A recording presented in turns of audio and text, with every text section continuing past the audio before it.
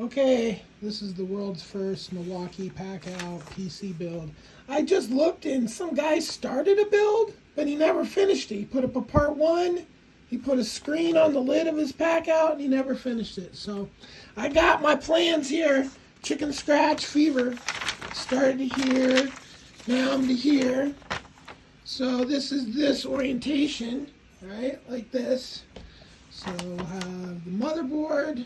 These are fans, power supply, and yeah, I'm gonna have to do something about that because it definitely doesn't like to sit with the door open. I might have to put a little kickstand on the door.